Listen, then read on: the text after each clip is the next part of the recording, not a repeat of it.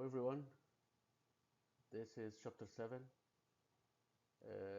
this recording is not meant to have a comprehensive discussion. It's meant to be just to give you an idea, very quick.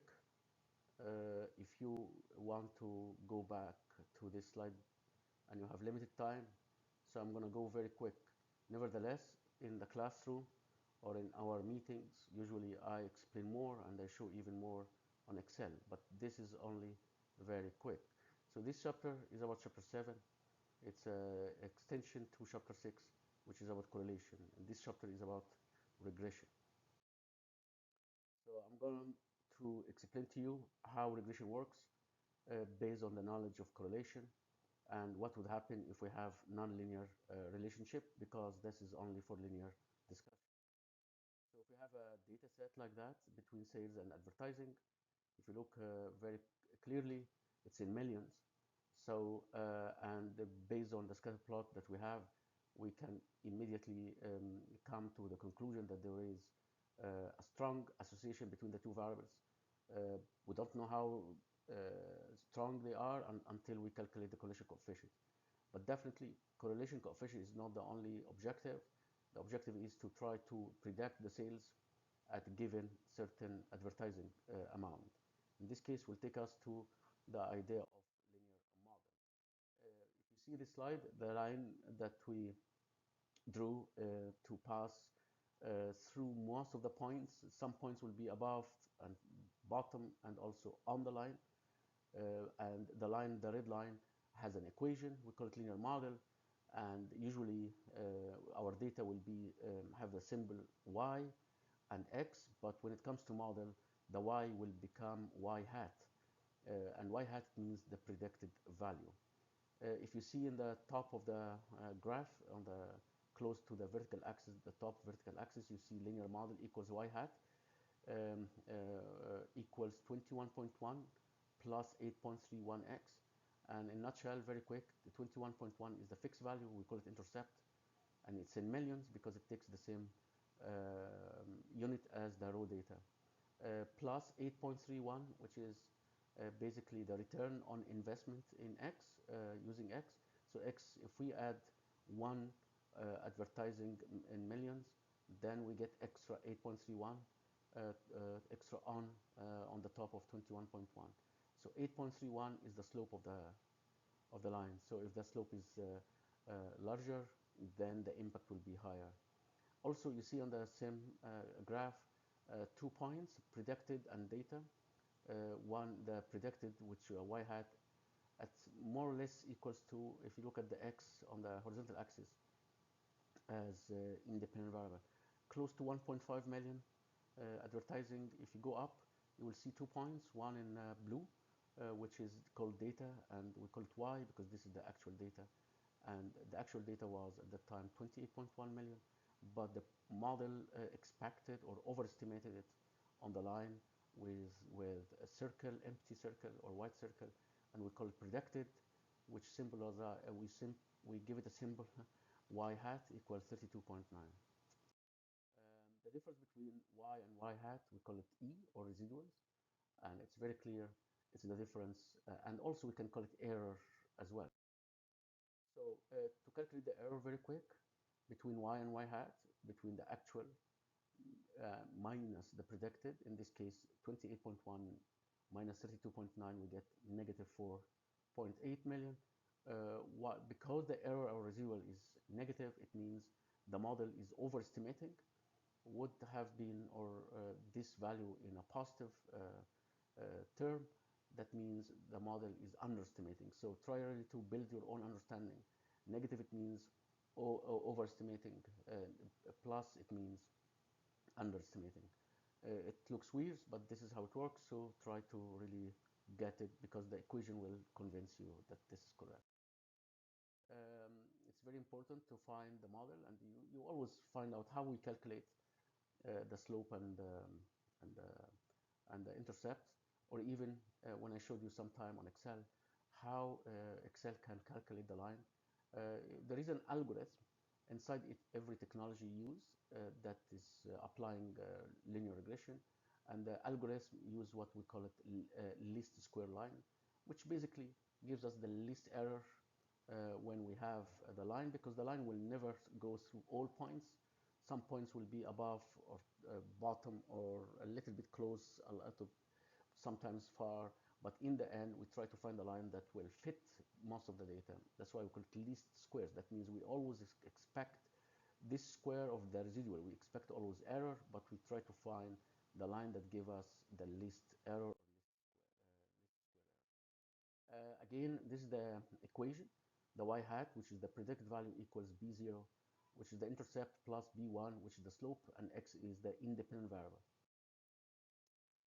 Again, this is the slope and this intercept as we indicated, and you can see them here. And in next slides, I will show you how being calculated from mathematical perspective. The first one is the slope, which is b1 here, and you can see b1 equals very simple equation here, because you should be aware that all of them, you know them. R small is basically the correlation, and we know that from chapter 6.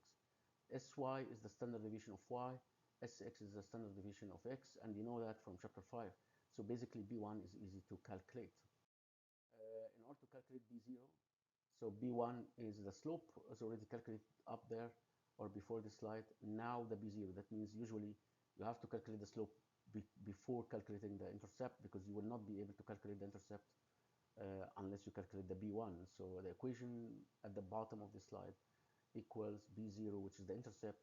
The average of y, you can calculate this, minus b1, already calculated in the previous slide, multiplied by x bar, which can also be calculated as an average. Simple calculation, but this calculation will give us both of them.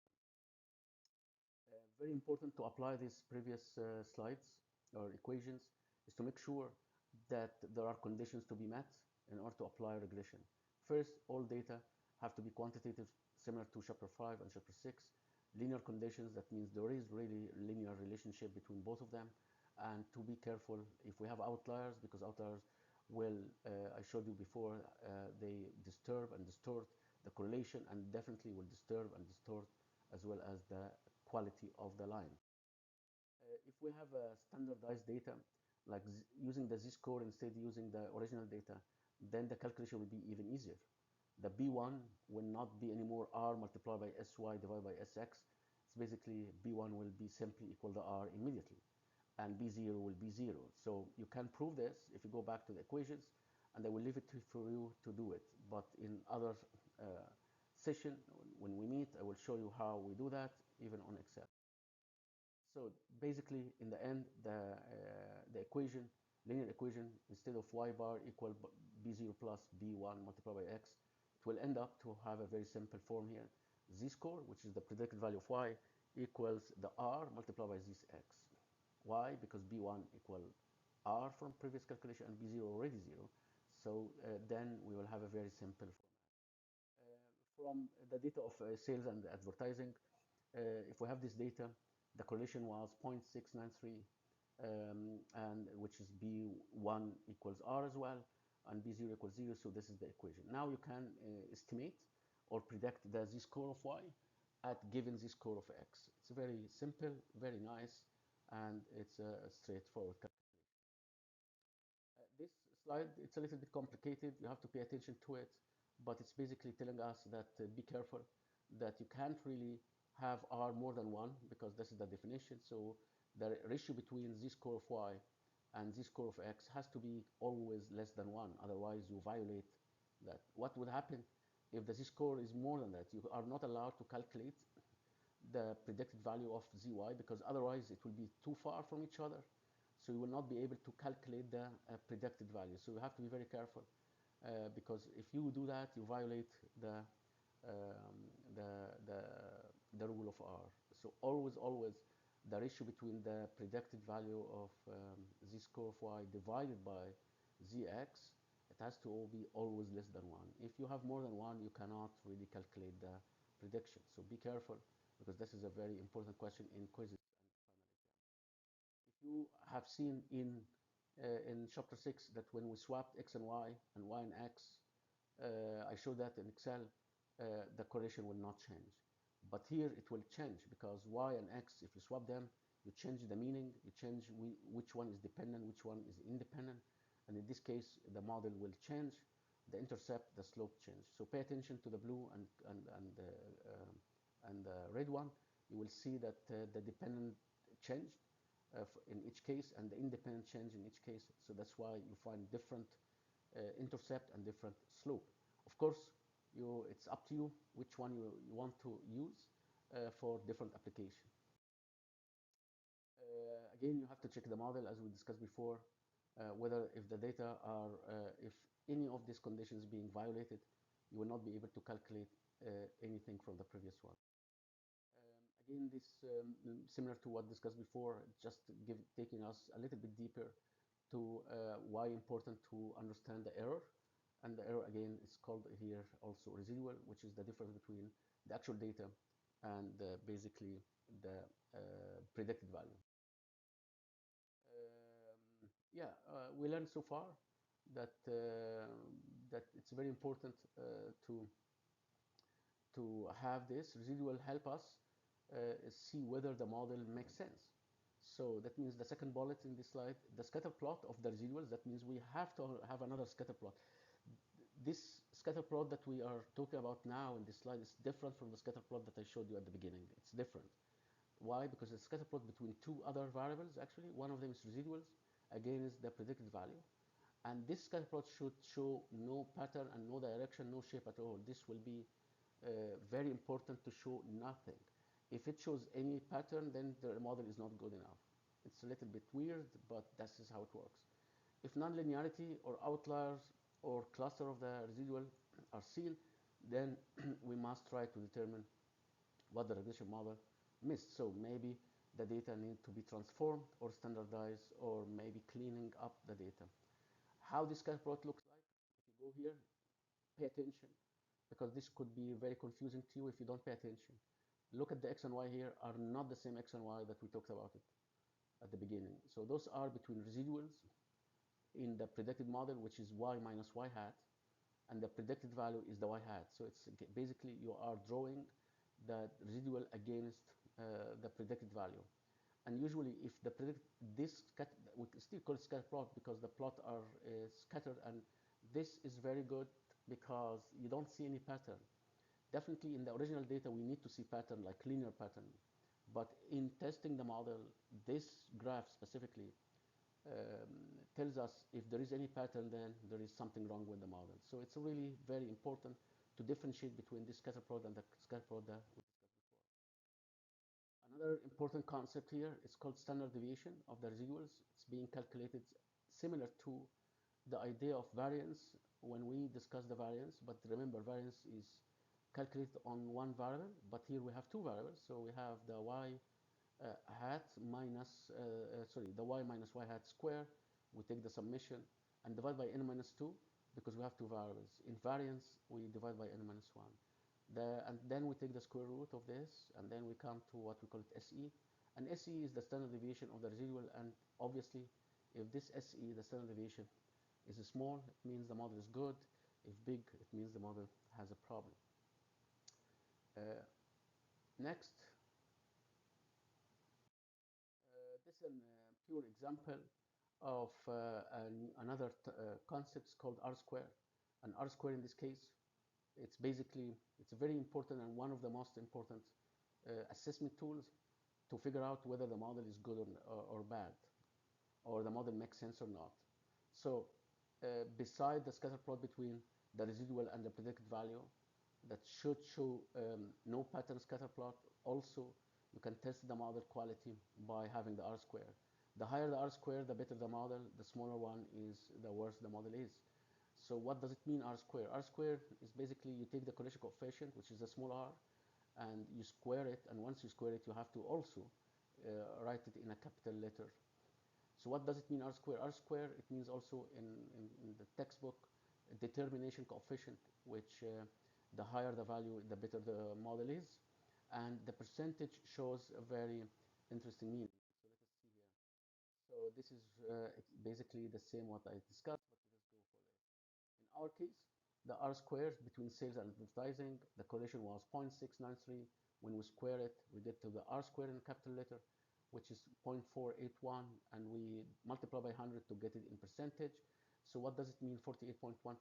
It means that 48.1% of the variation in sales. That means if the sales is changing, the question is who is responsible for these changes. So the 48.1 of what's happening in sales is coming from the X. So it makes sense.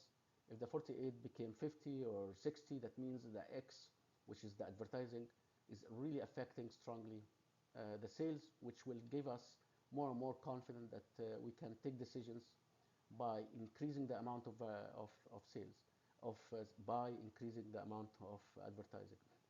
What about the rest? 51.9%, which we call them, those are the residuals. Of course, if you want to improve the model, you need to find another variable beside the advertising, which will account for more variation here. So the bottom line is, in any linear modeling, is to have multiple x's and not only one x. One x will be too simplistic. That's why we call it simple linear regression.